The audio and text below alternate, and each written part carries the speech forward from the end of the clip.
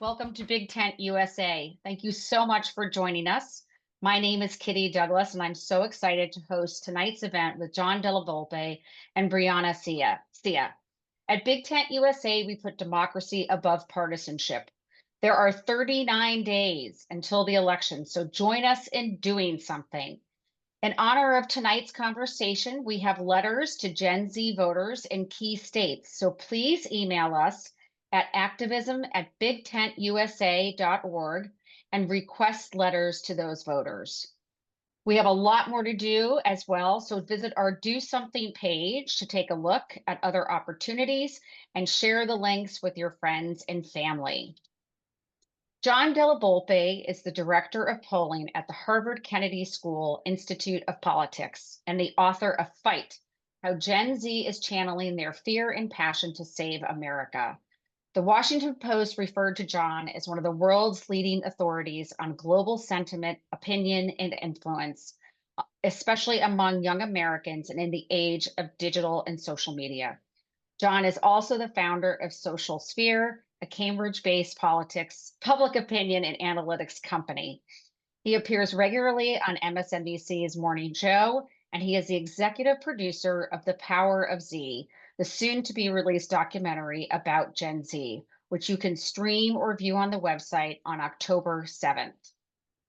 After John shows a clip of Gen Z focus groups and shares his most recent polling, we will be joined by the one and only Brianna Cea. Brianna is the executive director and founder of GenVote, a skilled youth voting rights organizer and advocate for the AAPI community in New York City. Cea is a frequent media commentator on youth voting issues and has been featured in Good Morning America, WNYC, NPR, Vox News, as well as in USA Today and Ms. Magazine, among other outlets. Brianna is the past president of the OCA-Asian Pacific Advocates New York and was the youngest chapter president of the OCA-National Board, where she was dedicated to advancing the social and political well-being of Asian Americans in New York City. Welcome to Big Tent, John and Brianna. And with that, I'm going to turn it over to John. Thanks so much, Kitty. Thank you, Big Tent. Thanks to everyone joining us, especially folks from Florida. I hope you are, as Kitty said, safe and sound. Before we start the conversation in the evening tonight, I would like to queue up an excerpt from our documentary, The Power of Z. This comes from a couple of sets of large focus groups and conversations that I held with members of Gen Z just a few weeks ago from Charlotte and Minneapolis. So let's take a watch.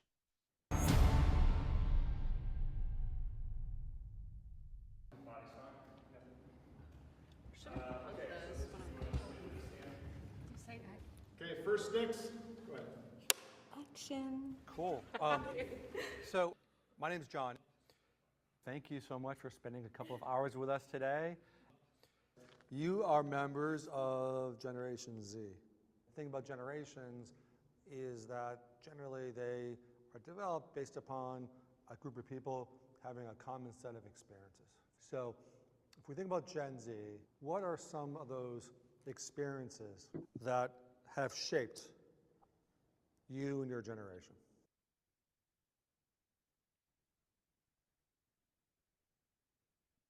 Roe v. Wade being appealed into the negative thing. Roe v. Wade. Yeah. That was very negative, yeah. Just a male having control over your body and he has no idea what it's like to be in your shoes. Like, guys don't know how it feels to get pregnant. Guys don't know how it feels to have a pregnancy scare. Guys don't know how it feels to have a period and you can't wake up or go to work or just do regular stuff. Like, and you want to have control over my entire body. No, sir. You know, when Roe v. Wade got overturned, like, I just remember feeling like, what am I gonna do? You know, like, what am I gonna do if I'm ever put in a situation, you know, where I need that medical care and I'm not able to access it because of this thing happening?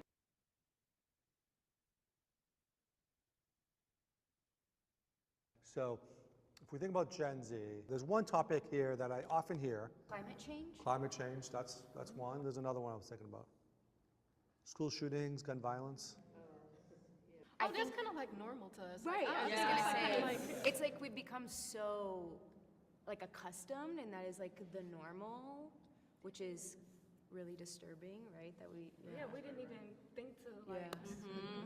My sister was, last year at the Mall of America when a shooter was there and had to hide in a store, and it's like, God, you can't even go out. Who else here? Raise your hand if you also had to deal with like death at a young age, right? Like in a significant way, a friend, classmate, someone in your community. Raise your hand. Okay, almost probably a third, maybe half of you. Anyone have an experience with a shooting, with gun violence as the cause of that? I think the first shootout I was in, I don't know if I'd say in, but it Yeah, I happened. wouldn't say in, but I was. Yeah, like we were walking up the stairs to go inside the apartment, and this gunman was creeping to try to kill a dude across the street, and he saw my older cousin, and he just went like that and started shooting. So like, just being in scenarios like How that. old were you? Ooh, 7. 7? The Sandy Hook Yeah, school that's shooting what I- really disillusionized young me to a lot Yeah. of stuff. Okay. How old were you then, roughly? 12. You were 12. I don't know. I feel like from that moment forward, and then all the school shootings that we started to have, like reoccurringly after that, it changed how parents are and how kids are now.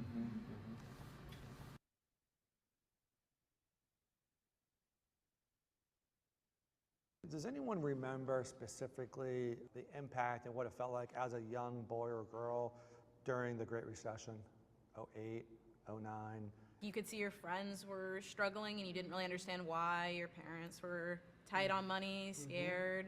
And then it made me very aware of money and how I spend my money and saving and what I'm supposed to be doing with it. I really noticed, again, like with my parents, like we had never really been super well off. Like we've never owned a house up until recently. But having moved, we moved states, and then my dad lost his job, and then You it's moved just- states because of the recession? I believe so. Okay. Yeah, the job that we had moved for, he lost, unfortunately. So it kind of weighs on you as a child, and then I am the oldest of 4, so I had to explain to my siblings, like, don't ask mom and dad for a new Wii, don't ask mom and dad for, a candy bar or anything, because they're gonna say no. We just couldn't make bills meet. We took tents, and my grandmother's house didn't have enough actual physical room in the house, so we had tents out on her front yard because we couldn't. We were just trying to save enough money to make a down payment and get in somewhere. What's wrong here? What is wrong in Charlotte or North Carolina or the United States where I randomly choose 12 people? I don't think we interviewed you and asked you if you were in homelessness, right? What is wrong? I think my biggest stressor right now is anything financial. I think minimum wage hasn't changed since you were 22, but the price of an apartment has tripled, So we as Gen Z, I feel like I've been talking about this a lot, we have to make 3 jobs just to make ends meet, and that's not fun money, that's money so that we're not homeless on the streets. I feel like Gen Z has to work 3 times as hard and not get any of the payout at all. People feel, like they're being pushed, to extremes. I mean, we've had such a huge rise in issues with mental health. Suicide is as high as it's ever been in this country, and we're trying really hard to pull ourselves out of this hole, and we're not too sure who dug it, and sometimes it feels like we're digging it ourselves. It's been tough how it feels like there's just been this sort of like never-ending setback, like running as hard as we can to stay in the same place.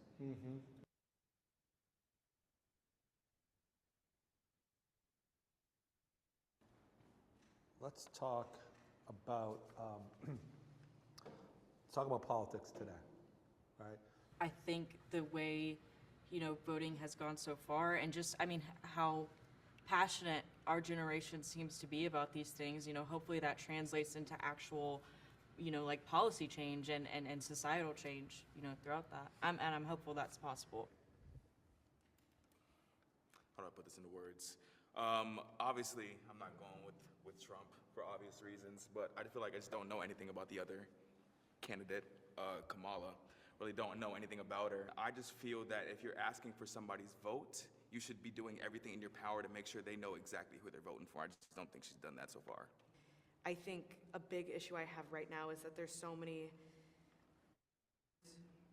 who have issues with the current government but aren't voting. And I think it's just mind-boggling to me that it's like, you want to make change, but you're not taking the steps. And we have an opportunity to be informed and to know exactly who we're voting for and what we stand for. And it's just, we need to take those steps. Well done. Thank you, guys. You guys are terrific.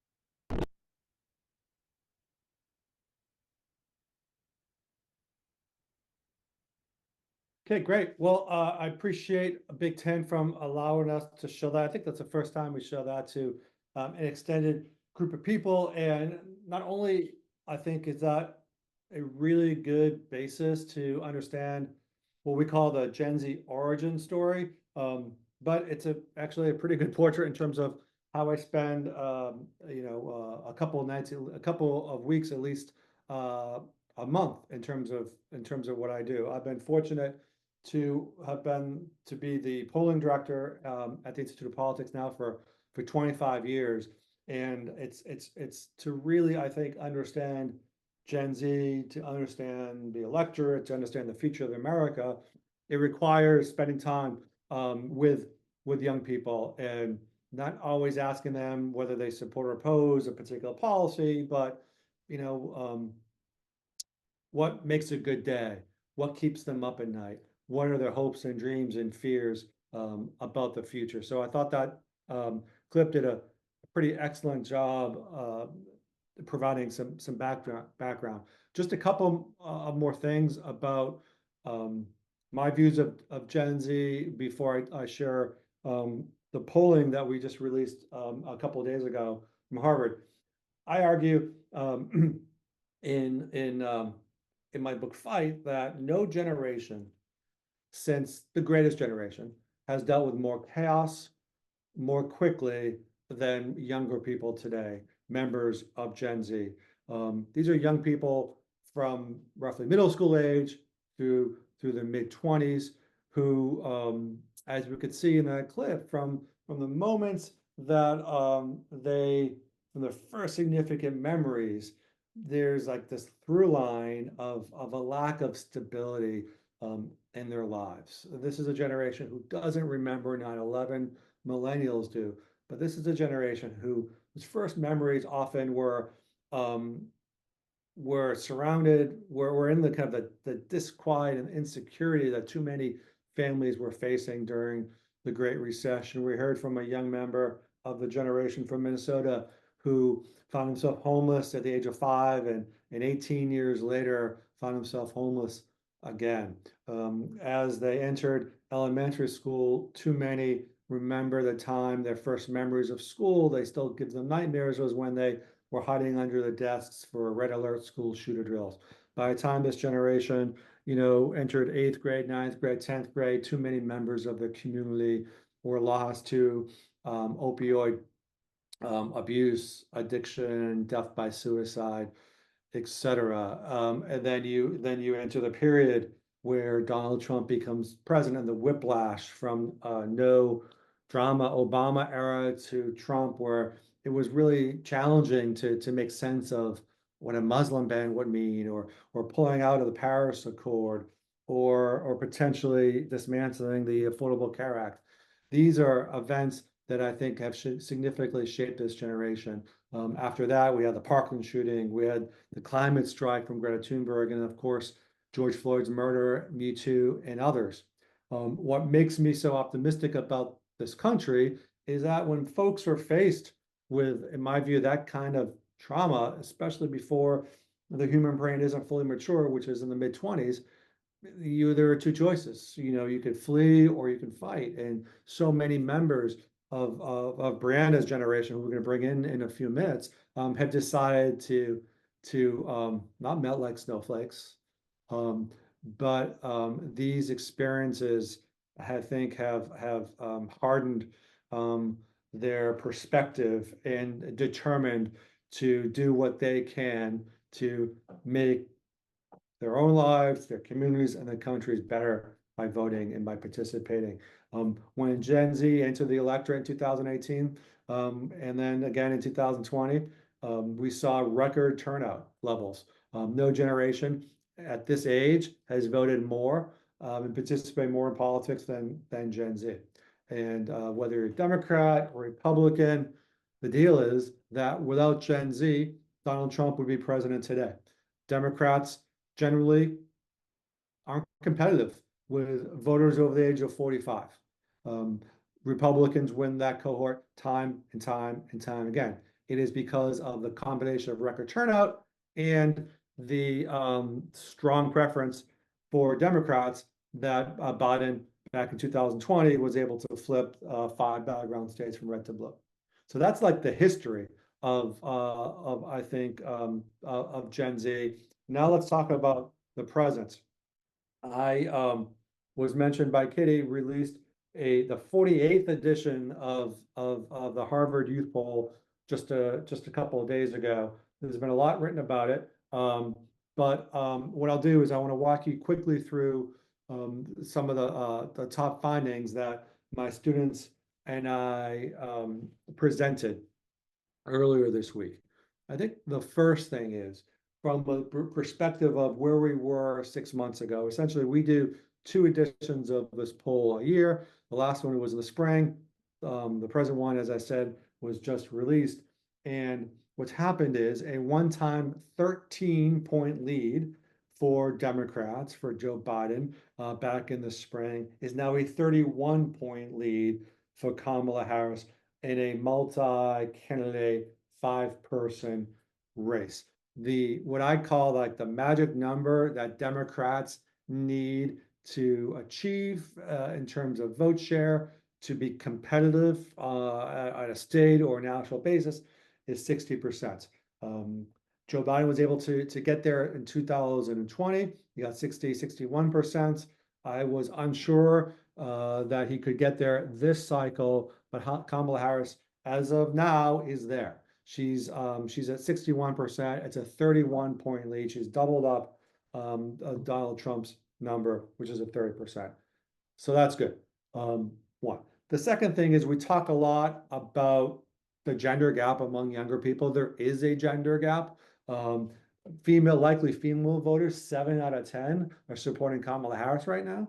But lost in the gender gap conversation is the fact that as of now, Kamala Harris is also winning a majority of young men, something that wasn't the case a few months ago. This summer, she's winning among younger men, and there isn't a demographic group in the generation where she hasn't improved significantly compared to where President Biden, who I think, by the way, has had a more youth-forward agenda and series of accomplishments than any other president in decades. Despite that, she's improved every single group: men, women, younger, older, college students, non-college students, white, Black, and Hispanics. Democrats were trailing among young whites by 2 points. She's now leading by 15 points. So that's number one. She is in control of the multi-candidate field, horse race, and likely to reach 60% if she continues that level of success with this group. One. The second thing is we see that a majority are indicating that they are, quote, definitely likely to vote. We had record turnout 4 years ago. We are a shade behind that right now. However, the reason is that we're behind that is younger Democrats compared to 6 months ago are significantly more likely to vote. It's younger Republicans who are less likely to vote than 6 months ago. There's actually a 14-point difference between the enthusiasm for participating among young Democrats, which is at 74%, whereas young Republicans are at 60%, actually taking a step backwards relative to our spring Harvard IOP poll. Perhaps more important, in my view, than understanding the horse race is taking a look at 2 things: the personal characteristics and attributes that young people assign to candidates and also who they prefer on certain issues.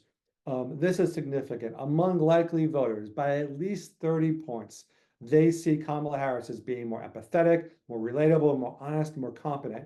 By 20 points, they see her stronger, including the fact that younger men who are likely to vote see Kamala Harris and not Donald Trump as the quote, stronger candidate. When we look ahead at the key issues that young people care about and see which candidate they prefer or trust on each issue, we see, by 30, 40-point margins, Kamala Harris is trusted on climate, on abortion, on education, on healthcare, on gun violence prevention, on strengthening the working class. And when we look at the economy, again, Trump had two things going for him: strength in the economy. He is losing on strength, and he's also losing among young likely voters in the economy by double digits, by 12 points. The last thing I'll just note is some views on favorable views on some elected officials, some candidates, and also on Project 2025. The headline here is that there's been, again, a double-digit switch and improvement of younger voters on Kamala Harris's job performance as VP, but she's also viewed more favorably than negatively on her fave, unfave. Tim Walz, 36 fave, 22 unfave, which stands in stark comparison to Trump and JD Vance. By a margin of 2-1, more young people see Trump in a negative rather than positive light, and by a 3-1 margin, people see his running mate JD Vance in a negative compared to positive light. 18% fave, 46% unfave. So those are essentially the headlines from the last Harvard poll. And before I move on, I love to bring kind of Brianna into the conversation and get your perspective and some others as well as we talk about Gen Z. Hey, Brianna. Awesome. Hey, everyone. Hi, John. Really appreciated the video. I deeply resonated with so many of the moments that young people were sharing, like hearing the young folks talk about Sandy Hook. I remember when I was in middle school learning about that shooting, and it also like rocked my world. I mean, also when the spark of the March for Our Lives movement. So I deeply resonate with a lot of what the young folks were sharing. So excited to be here. For those that don't know Generation Vote or know me, my name is Brianna. I use she, her pronouns. And Generation Vote is a national organization sparking a movement of young people fighting for a right to vote and a just democracy for all. Generation Vote is a national home for young people to be trained and developed as leaders, fighting for just democracy for all in their communities through direct actions and legislative campaigns, advance innovative solutions to expand youth voting rights and civic engagement, and to build coalitions across the youth movement. So I've been a big fan of the Harvard Youth Poll ever since I was a student at SUNY Binghamton, which is where I started Generation Vote. SUNY Binghamton is a public school in upstate New York. And so I was just wondering, how did you decide to focus on Gen Z? What made you interested in my generation? And how did you choose those young people in the documentary to participate in these conversations? Thanks, Brianna. It's a great story. I think I always say it's one of the most so the Institute of Politics is at Harvard, serves the undergraduate community. It is, I think, outside of athletics, it is the largest extracurricular activities.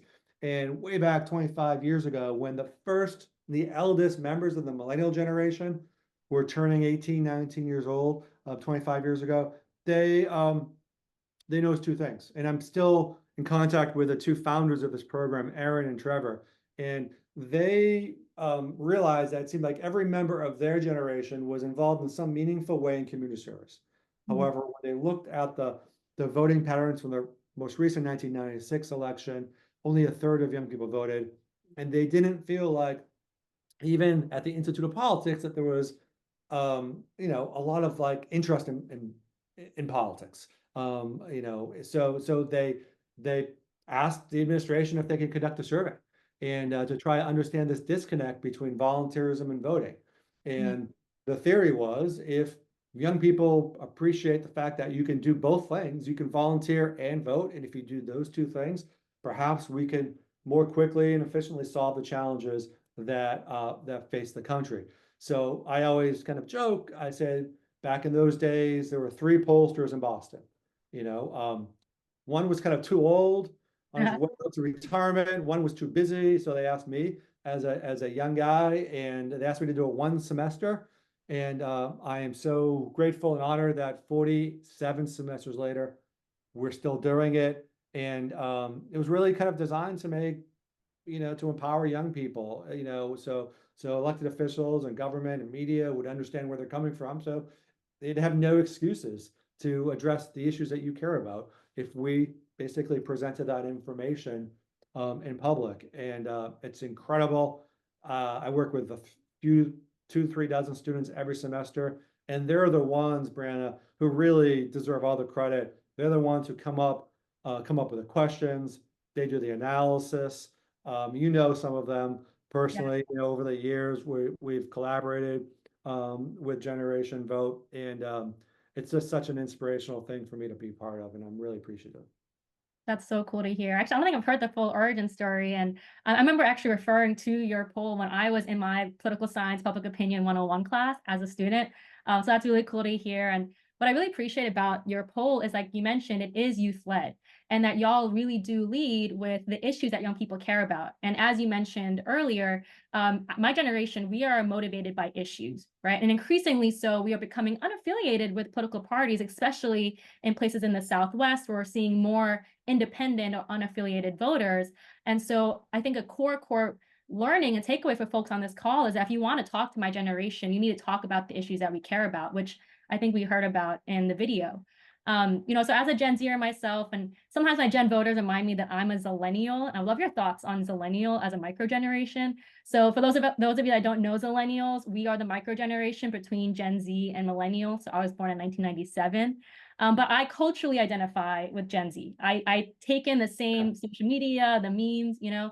So I'm just wondering, to you, what makes Gen Z unique? Like, what makes Gen Z unique, even when compared to millennials, let alone millennial voters? And what are some of those key moments that you believe are so critical in understanding Gen Z's like origin story of political awakening? It's a great question. And so, listen, I was a teenager when I met my then wife, and I had a family young, very young. So I have 3 kids, and my son just turned 30 last week, and he's a Zillennial. So let's talk about that for a second. Okay. Yep. The way I like the shorthand that I use, okay, the shorthand that I use is, do you remember 9/11 in a meaningful way? Okay, he's 30. His first day of school, his first day of first grade, or his first week was 9/11. Okay, his first homework assignment was a drawing of what that meant to him. We're in Boston, you know, and it was meaningful in many places, especially in Boston. But he didn't was able to grasp the enormity of it like someone a little bit older. Okay, so I put him in that Zillennial bucket, right? And then, you know, and based upon siblings and other things, maybe trend more millennial or more Gen Z kind of, or Zoomer, right? So that's kind of one way in which I think about that, right? One. The second thing is, politically speaking, that I know there are no 2 generations who are more kind of aligned in their values than millennials and Gen Z. And I love it when I'm presenting to Gen Zers or Zillennials and you recognize like the things I'm saying, right? That gives me confidence that I'm still listening the right way. And together, your generation and the millennial generation will be almost 40% of the electorate. Significant number, right? Where your values are aligned, the difference is, I think, is kind of what I referenced a little bit earlier, is that Gen Zers have an urgency to them, right? They feel a lot of stress and a lot of pressure to basically kind of fix the problems that they tell me have been trickling down for generations that are now kind of on your shoulders or in your lap. So I think there's a lot that they have in common, but I think the degree to which they're using government and politics with that urgency, of course, you know, Maxwell Frost being a terrific example of that. I think that's probably one of the the bigger things. Of course, there are many differences based upon the use of social media and those aspects of it. Well, but I think the the preparedness and the focus on solving these issues is one. And then the other thing is, I think just the openness. You know, like the first those like a lot of the clips you saw were in the initial moments of my group. Okay, they didn't know me. To your point, we recruited them like we would recruit a focus group. Okay, what I wanted to do was to essentially kind of select a dozen or so young people who represented a couple of communities, right? One that would represent Charlotte, one that would represent, you know, Minneapolis, St. Paul. That was really the criteria. They were a mix of ideologies and level of interest and politics, those sorts of things. And we just wanted to understand their life a little bit more. And I think, who am I to give advice to kind of other, you know, researchers? But when you have that kind of conversation, not about policy only, but about like your day-to-day life, you learn some pretty remarkable things when you sit back and have that conversation. 100%. And that's something, one of our principles at GenVote is to lead with authentic youth engagement. I think, and this is a principle that I think resonates with nonprofits, with candidates, with pollsters. I think people often say, Gen Z, we can see through the BS, y'all, right? And so we are an authentic generation. We are confident in the issues that drive us. And so we really appreciate, especially when older folks, including millennials, approach our generation with authenticity and want to generally understand what do we care about, and don't just come in hot with a partisan angle of like, for example, vote blue no matter who, right? Like so many of my Gen voters have told me that that doesn't resonate with them when it comes to being motivated to participate in this election. And what I really loved about the clip, hearing the different issues that came up for folks, it mirrored very similarly to what we were hearing at Generation Vote during our 2023 Just Democracy for All tour. Last year, we did a tour in 6 different cities where we traveled the country to hear from young people, particularly on the challenges that they were facing when trying to cast their ballot, and what are the specific barriers that young people face when trying to vote. And we can talk about that later. But oftentimes, a lot of the issues that came up throughout the tour resonated with what folks were sharing in your film. And so I think for me, it was really eye-opening just to even see your focus group directly reflect so many of the challenges that young folks raise when thinking not only about the challenges when it comes to engaging with our democracy, but also what motivates them to participate in this democratic process. So I'm seeing in the chat, there's a lot of questions about issues. So like a lot of folks, it sounds like, are curious what are the issues that motivate Gen Z. And I know you touched on it a little bit earlier, but we'd love to hear from you a bit more of like, what are particular issues that resonate with Gen Z voters? And I know that some folks in the chat were asking specifically about 2 issues that I know I care about deeply and that my friends care about, which is climate justice, as well as the current situation in Gaza, so in Israel and Palestine. So just wondering what's come up for you in your research in terms of how different issues rank with Gen Z, and specifically, how do those 2 issues around climate justice and the current situation in Israel and Palestine resonate with young people? Great. Obviously, both are very important issues.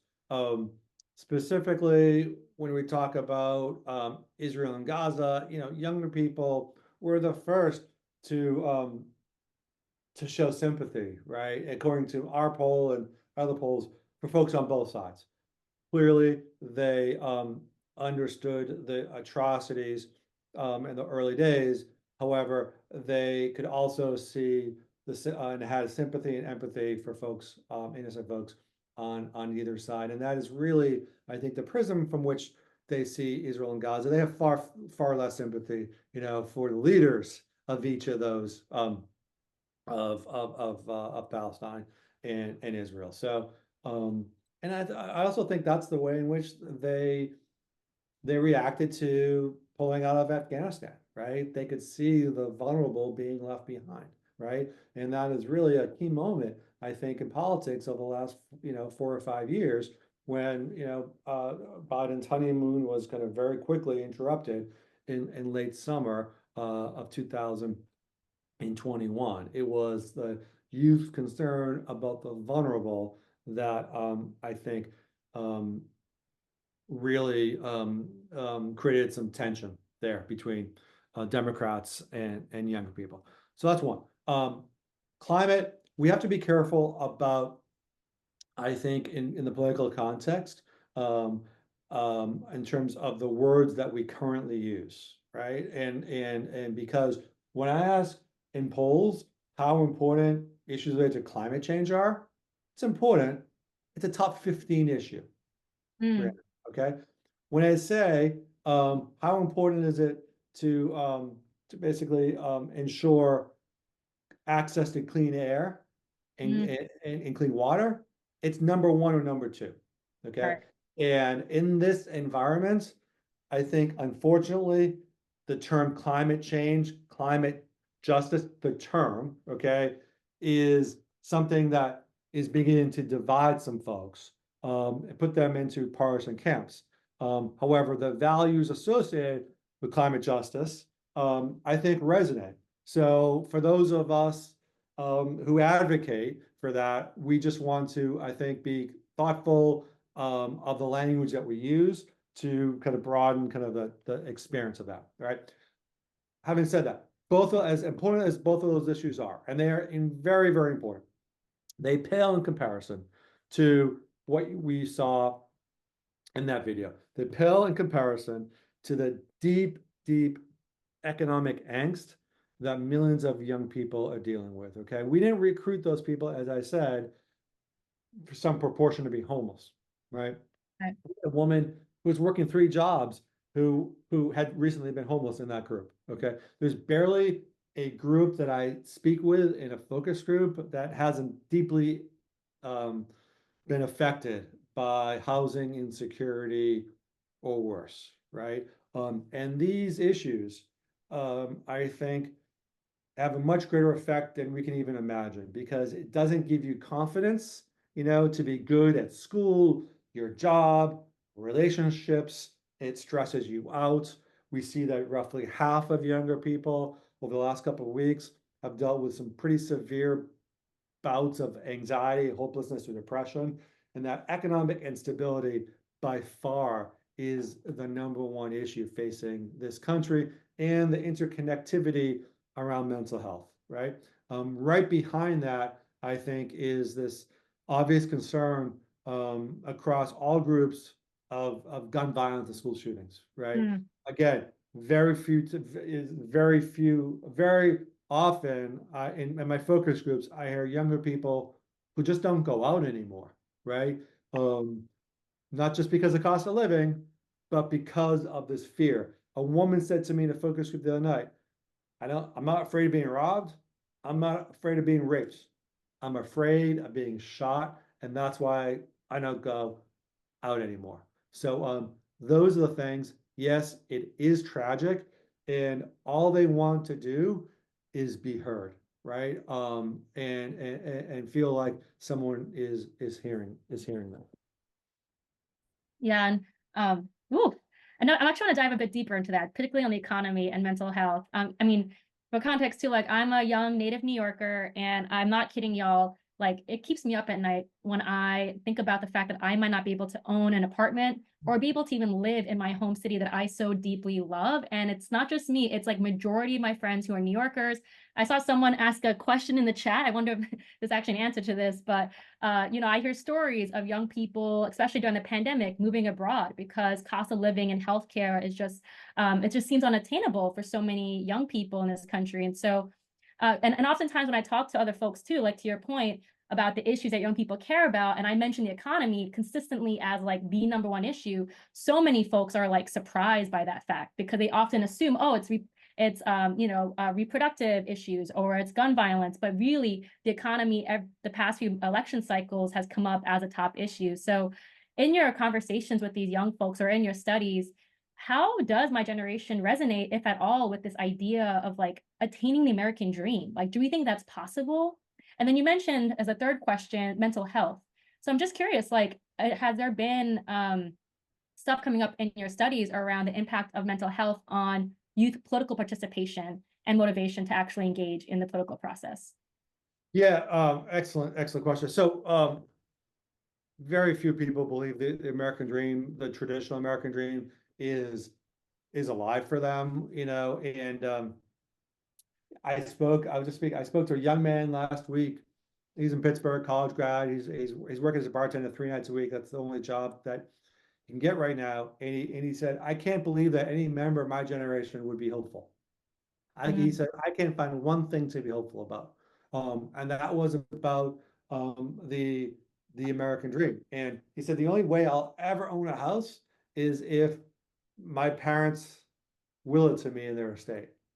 And if they do, that's a burden because he needs to repair it. He doesn't have the money, right? That's the American, that's what I think he's emblematic of so many other people, right?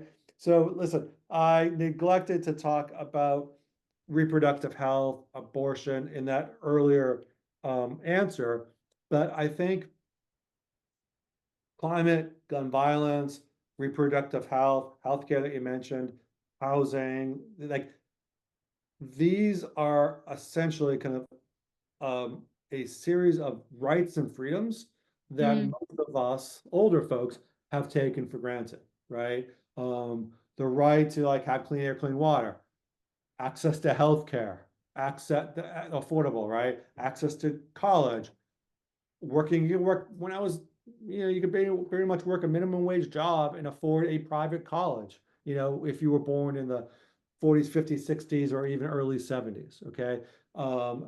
Feeling safe in school, obviously reproductive health care. This is a series of rights that are on the precipice, right? So these are the things that motivate young people to participate.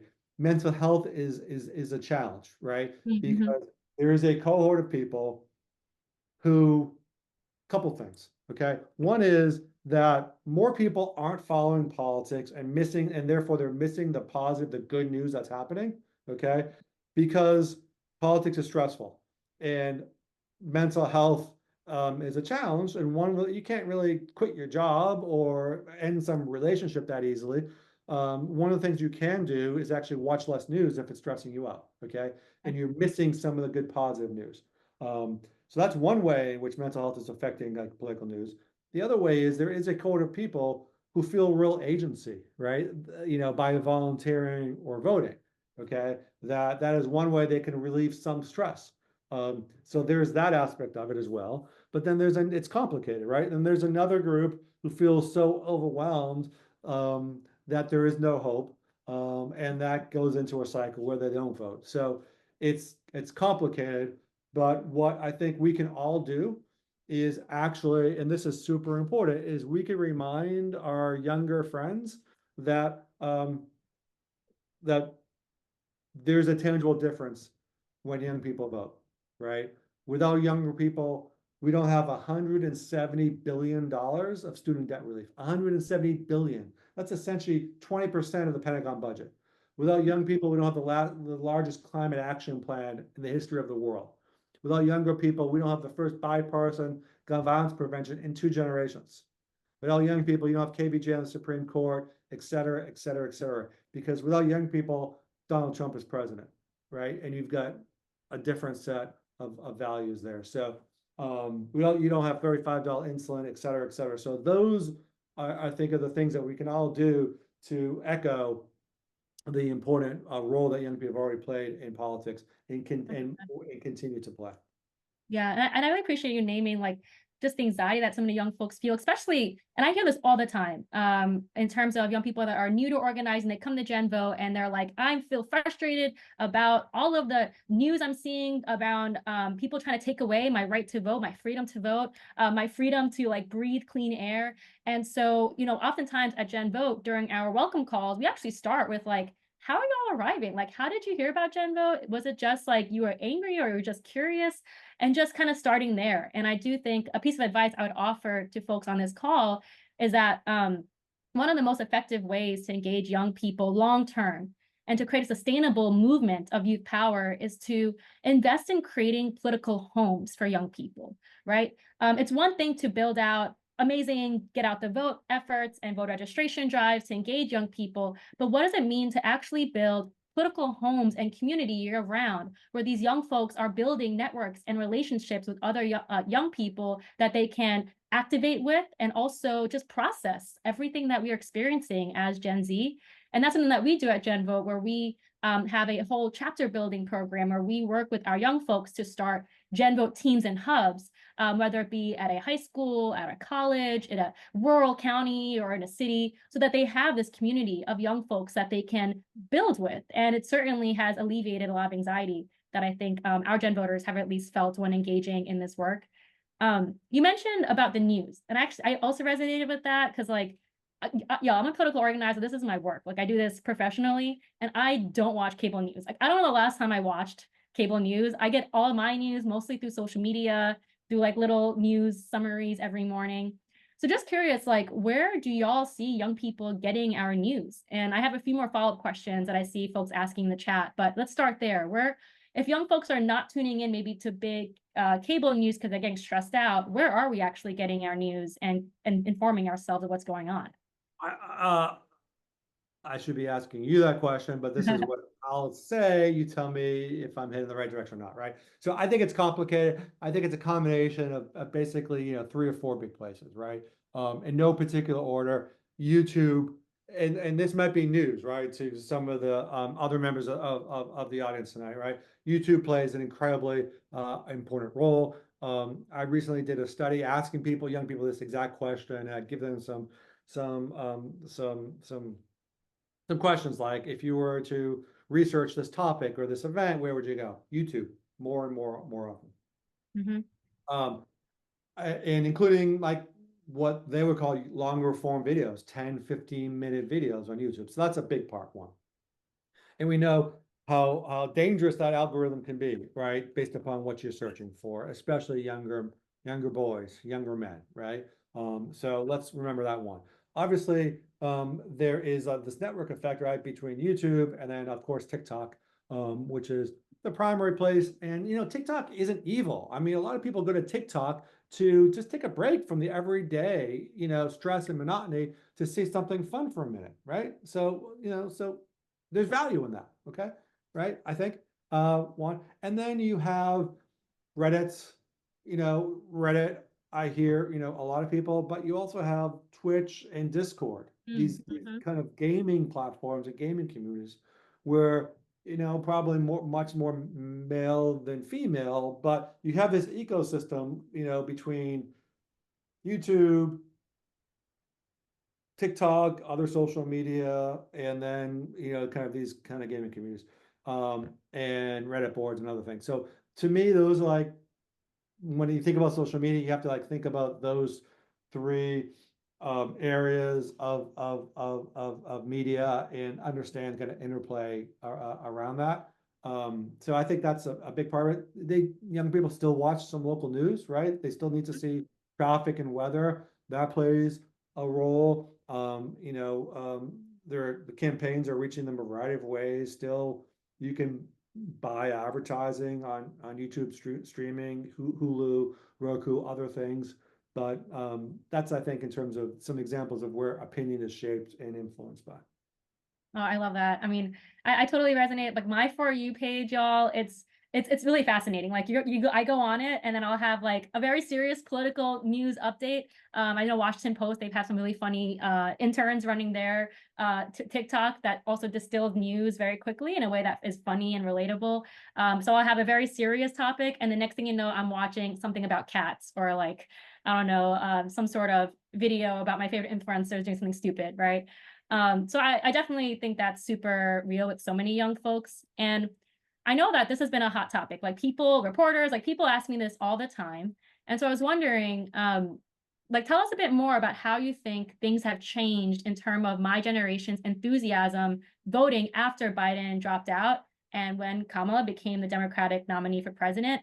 And do you think like the meme culture, the gratification of the election is actually making a difference? And so we talked a bit about the different types of platforms, but once people engage on these platforms, they're seeing all of these memes of coconut trees and very mindful, very demure videos. And so are these actually making a difference in terms of reaching out to young voters?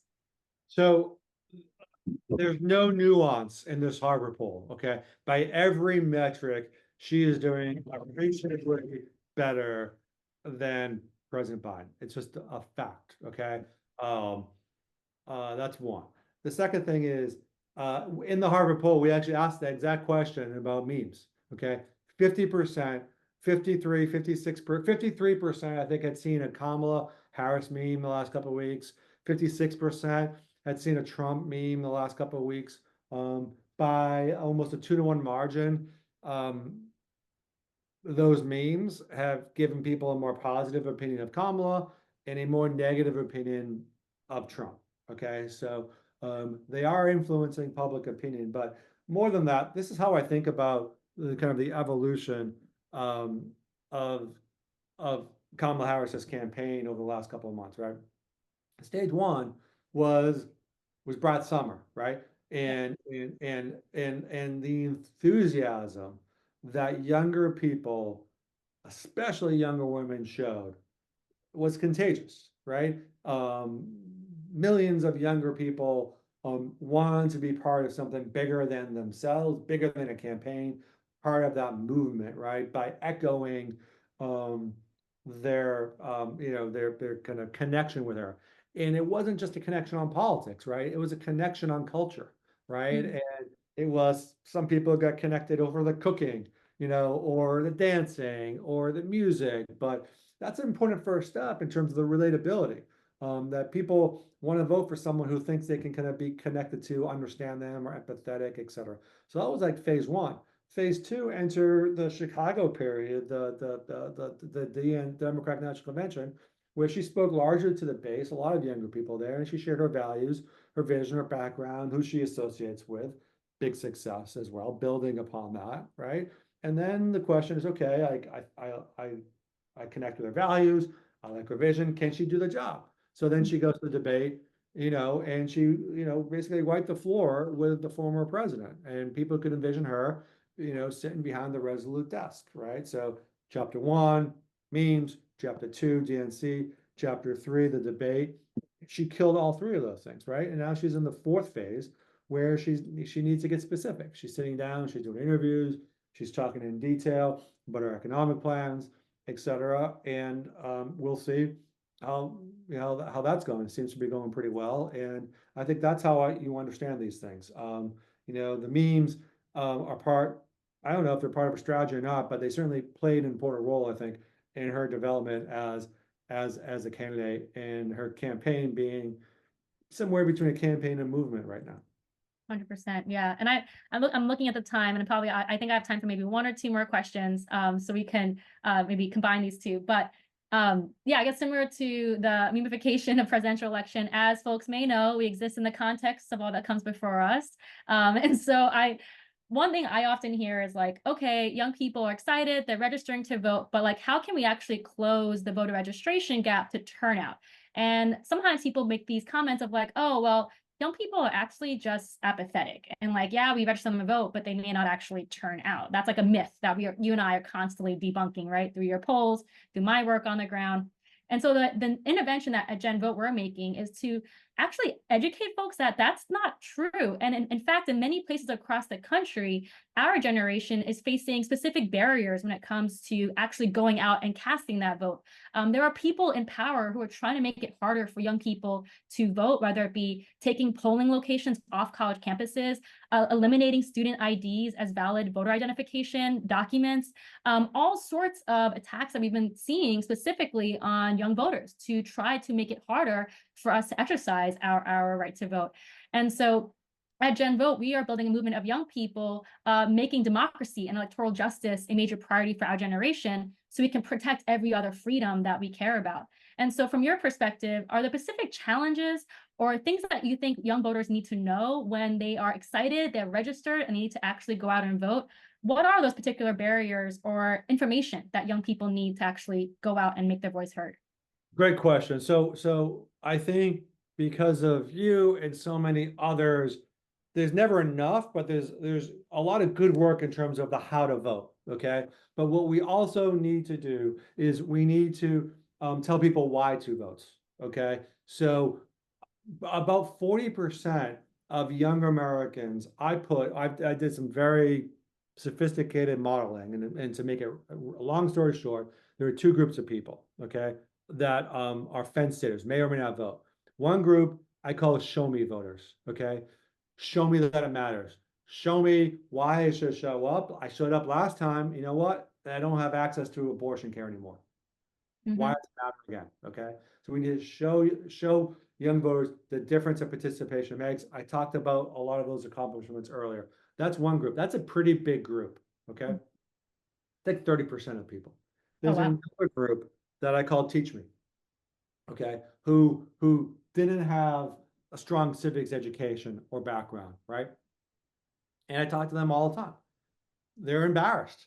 Okay, they see folks who are committed to voting, and they're afraid to ask questions such as, which party really cares about reproductive health? Which party is this or that? Basic questions, right? About what Democrat versus Republican is, about the impact that voting can have on certain issues.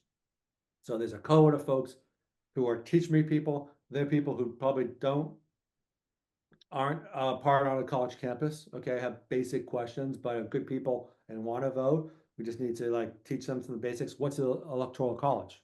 These are the kinds of questions that they have, right? Do I need to fill out the entire ballot? Okay, just choose 2 or 3 things, right? Is this a test, right? Basic questions. And then you have the show me the difference it makes, right? So when we think about younger people, 15% are basically like you, right? You vote, your friends vote, it's a part of who you are. But there's basically another half that are split between these two groups that are on the fence. And there's another third that are probably out of reach the cycle. They're not going to vote, but we do need to make sure that we're having similar conversations with them moving forward. 100%. Yeah. I love, actually, I was taking notes myself. I might use that too, John, in my organizing, like, show me the money, show me how you're going to cancel my student debt, right? Like, I love that. But also very much Teach Me is something that's actually a lot of Gen voters that come to us. They're excited to not only learn about their right to vote, but also go out there and teach others about their voting rights. And one thing we're doing at GenVote is a program called GenVote Defenders, which is a national youth-led election protection program. So we can mobilize hundreds of young people to make sure that we are educating our peers of their voting rights this election cycle. So I know we're coming up at time, and I appreciate the calls to action that Kitty's been dropping in the chat. But yeah, I guess so. Thank you for talking with me today. I had a lot of fun, and I definitely encourage you all to check out the poll. It's a really awesome resource, and thanks for having us tonight. Thank you. This was such a great conversation, and we're so grateful to both of you. I hope everyone goes to Generation Vote and takes a look. And if you want to buy that sweatshirt, I did put the link in the chat for that. And John, I am the mother of 2 Gen Zers, and so I really appreciate you valuing who these young people are. I do want to close with do something. So please go to our website and ask for those letters to Gen Z voters to hopefully get them over the hurdle to vote. And Monica Rodriguez had a great quote, which was she wanted to thank the Gen Z generation for saving us in 2020. So I think I'm going to end on that. I really love that. And they might save us again, women in Gen Z. So everyone, hope to see you soon at Big Tent. John and Brianna, for all your time, effort, and everything you're doing for us, for our democracy and our children. We really appreciate it and hope to see you all very soon under the tent.